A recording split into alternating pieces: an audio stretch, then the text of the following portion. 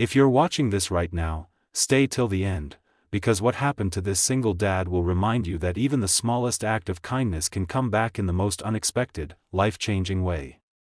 And before we begin, don't forget to like this video and subscribe to the channel if you believe the world still has good people in it. The story begins on a chilly Friday morning in a small city where 34-year-old Daniel lived with his 7-year-old daughter, Lily.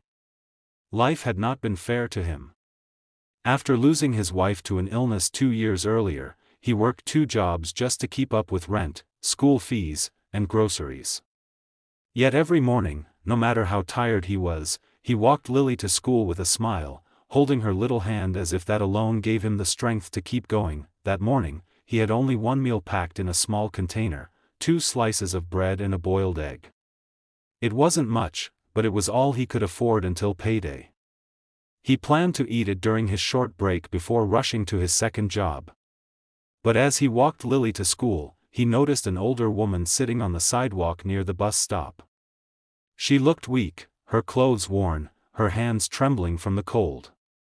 Her eyes met his briefly, then lowered in embarrassment, as if she didn't want to be seen in that state. Daniel stopped. Something inside him refused to walk past that. He gently asked, "Ma'am, when was the last time you ate?" She looked up with a mixture of pride and pain. "Yesterday, just a little bread. I'm okay. Please don't worry."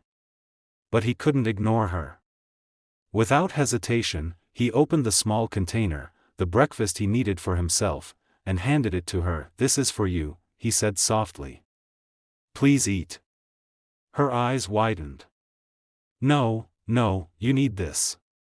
You look like someone who works very hard." "I'll be fine," he insisted with a warm smile. "But you won't be if you don't eat." Tears filled her eyes as she accepted the meal with trembling hands.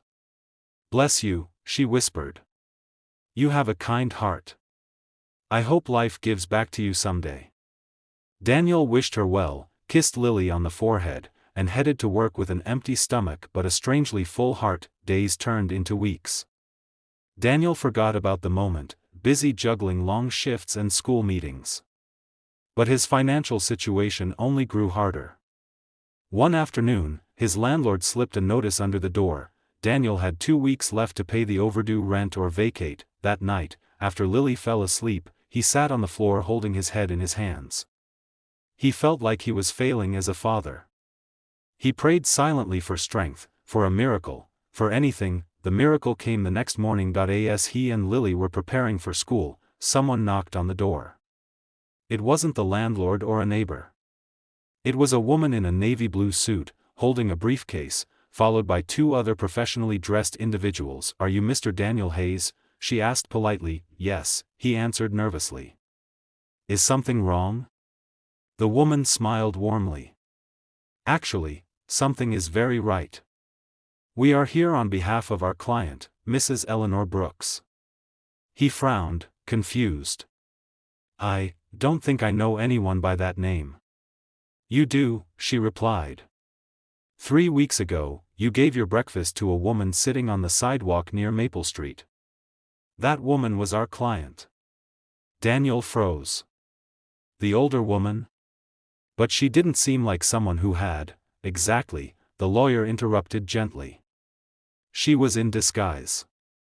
Mrs. Brooks is a multimillionaire philanthropist who sometimes walks around the city anonymously to understand how people treat the less fortunate. Most people ignored her. Some were rude. But you offered her your only meal without expecting anything in return." Daniel felt the world tilt around him. "I wasn't trying to impress anyone. She needed it more," the lawyer nodded. "And that pure kindness is why she has instructed us to deliver something to you." She handed him a large sealed envelope.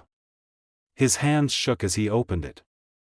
Inside was a letter, and a check so big he nearly dropped it. Not thousands. Not tens of thousands. Enough to wipe out his debts, buy a home, secure Lily's education, and still have a comfortable future. Daniel's knees buckled. Tears streamed down his face as he tried to speak. The lawyer steadied him. "She said to tell you this," the lawyer continued. "You gave me food when you had none to spare. You saw me as a human being. Now let me help restore the peace you deserve." Lily hugged her father tightly, confused but happy because she felt the relief radiating from him. For the first time in years, Daniel felt hope return to his life, not because of the money, but because someone had recognized the goodness inside him at a time when he felt invisible to the world. A few weeks later, he and Lily moved into a modest but beautiful home. He left his second job and spent more time with his daughter, taking her to the park, reading bedtime stories without rushing, cooking real breakfasts they could enjoy together. On a bright morning, as he stood in his new kitchen flipping pancakes, Lily hugged him from behind. "Daddy, that lady changed our life." Daniel smiled and kissed the top of her head. "She did, sweetheart.